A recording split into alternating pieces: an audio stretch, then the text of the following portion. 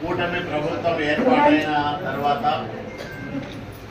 తొలిసారిగా రాయదుర్గం ప్రాంతీయ వైద్యశాల సలహా మండలి ప్రమాణ స్వీకారం తొలి సమావేశం నిర్వహించుకుంటా ఉన్నాం.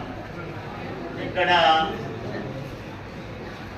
దశాబ్దాల కాలంగా అత్యంత వెనుకబడిన ప్రాంతమైన రాయదుర్గంలో ప్రభుత్వ పక్షాన వైద్య సేవలు అందిస్తున్న ఆసుపత్రి. రోజు వందలాది మంది నిరుపేదలు గ్రామీణ ప్రాంతాల నుంచి వచ్చే వాళ్ళు ఈ ఆసుపత్రిలో వైద్య సహాయం పొందుతూ ఉంటారు. ఇక్కడ సేవలు అందించడం అనేది ఒక గురుతరమైన బాధ్యతగా అందరం భావించాలి. ఇక్కడ పనిచేస్తున్న వైద్య సిబ్బందితో గౌరవంగా మెలుగుతూ వాళ్ళు ఎక్కడైనా పొరపాట్లు చేస్తే వాటిని తగిన సలహాలు సూచనలు ఇస్తూ సరిదిద్దాల్సిన బాధ్యత ఆసుపత్రి అభివృద్ధి సలహా మండలి సభ్యులపైన ఉంటుంది. ఒకవేళ వైద్య సిబ్బంది డాక్టర్లు కానీ సిబ్బంది కానీ రోగులకు సక్రమంగా సేవలు అందించుకోకుండా నిర్లక్ష్యంగా వ్యవహరిస్తూ ఉంటే వృత్తి పట్ల ఆ విషయాన్ని నా దృష్టికి తీసుకొచ్చి వాళ్ళు సక్రమంగా వాళ్ళ విధులు నిర్వర్తించే విధంగా చూడాల్సిన బాధ్యత కూడా మీ మీద ఉంటుంది. అదే సందర్భంలో ప్రభుత్వ ఆసుపత్రి అంటే ప్రజలందరూ కూడా ఇది మా ఆసుపత్రి మా ఆస్తి అనే భావనతో ఇక్కడికి వస్తారు. వాళ్ళ పట్ల చాలా గౌరవ మర్యాదలతో స్నేహపూర్వకంగా మనమందరం కూడా మసలుకోవాల్సిన అవసరం ఉంటుంది. ఎందుకంటే ప్రభుత్వ ఆస్తి అంటే ప్రజల ఆస్తి. ఈ ఆసుపత్రి నేను 2014లో ఎమ్మెల్యేగా అయ్యే నాటికి 30 పడకల ఆసుపత్రిగా మాత్రమే ఉండేది. సాధారణంగా ఒక ఆసుపత్రి దశల వారీగా అభివృద్ధి చెందాలి. కానీ అప్పట్లో నేను మంత్రిగా ఉండడం, వైద్య ఆరోగ్య శాఖ మంత్రి మన జిల్లా ఇన్ఛార్జ్ మినిస్టర్గా కామినేని శ్రీనివాస్ గారు ఉండడం, ముఖ్యమంత్రి ఆశీస్సులు మనకు దండిగా ఉండడం వల్ల 30 పడకల నుంచి ఒకేసారి 100 పడకల సామర్థ్యాన్ని పెంచాం. దాదాపు 24 మంది అనుకుంటారు డాక్టర్లు, 22 డాక్టర్ పోస్టులు ఉండాలి. ఇక్కడ 22 మంది డాక్టర్లకు గాను ఇప్పుడు 6గురే పనిచేస్తూ ఉన్నారు. 7 ఎక్కినారు, 7 పనిచేస్తూ ఉన్నారు. 22 మంది సేవలు అందిస్తే రాయదుర్గం ప్రాంతంలో ఏ వ్యక్తికి ఏ రకమైన ఆరోగ్య సమస్య వచ్చినా ఇక్కడే మనము వైద్య సహాయం అందించేదానికి అవకాశం ఉంది.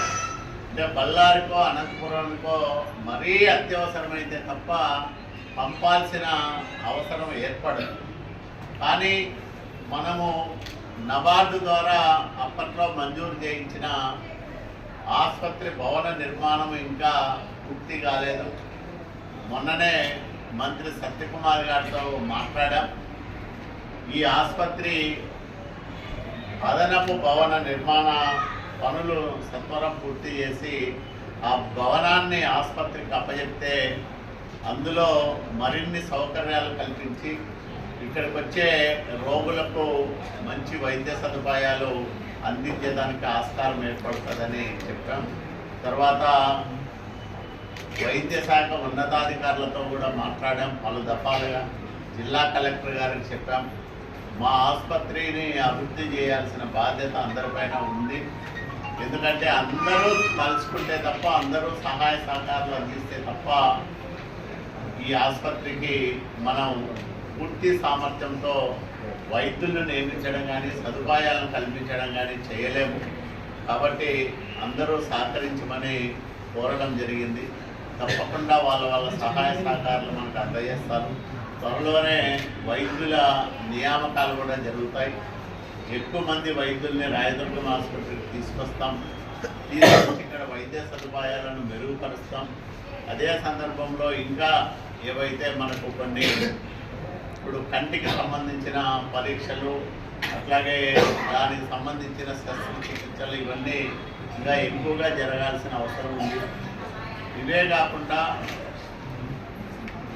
అత్యవసర సమయాల్లో రక్తనిధి ద్వారా రక్తాన్ని అందించే ఏర్పాట్లు కూడా ఇంకా ఎక్కువగా జరగాల్సిన అవసరం ఉంది.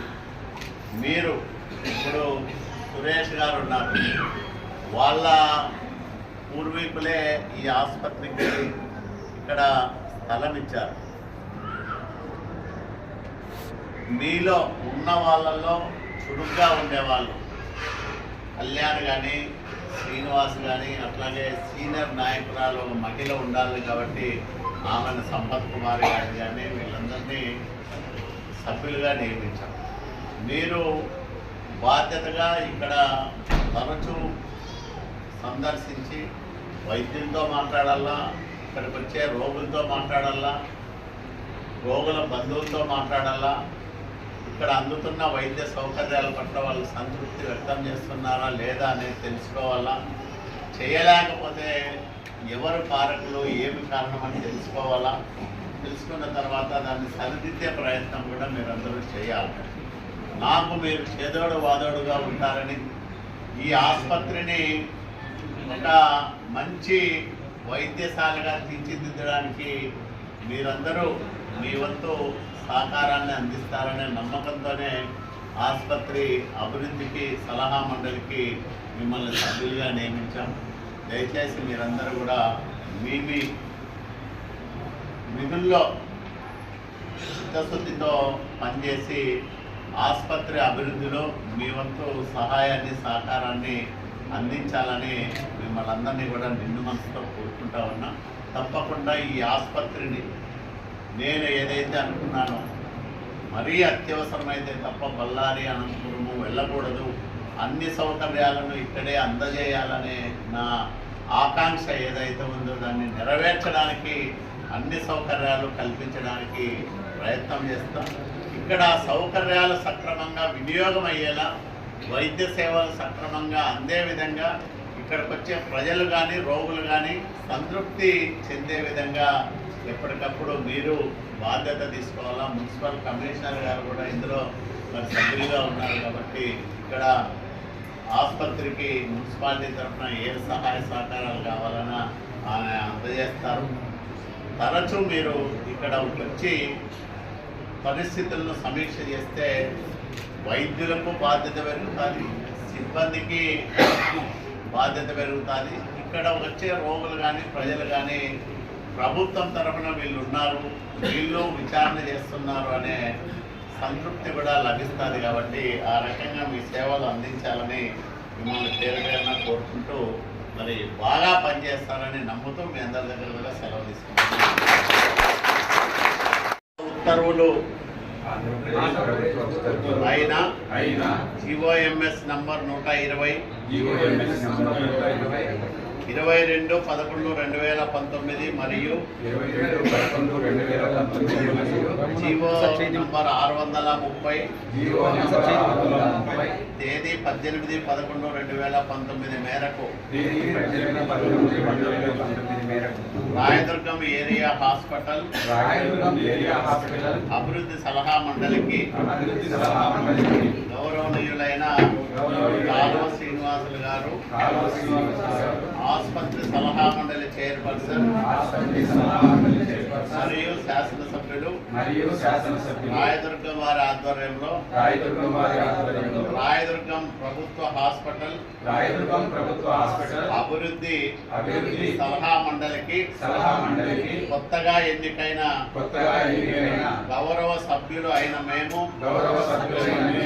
ఆసుపత్రి అభివృద్ధి కొరకు తగు సూచనలు మరియు సలహాలు అందిస్తూ ఇక్కడి ప్రజలకు మెరుగైన వైద్య సేవలు ఇక్కడి వైద్య సిబ్బంది ద్వారా అందే విధంగా కృషి చేస్తామని అలాగే ఈ ప్రభుత్వ ఆసుపత్రిని వైద్య సేవలలో అగ్రగామిగా ఎదగ ఎదగడానికి అగ్రగామిగా ఎదగడానికి కావలసిన సహాయ సహకారాలు అందిస్తామని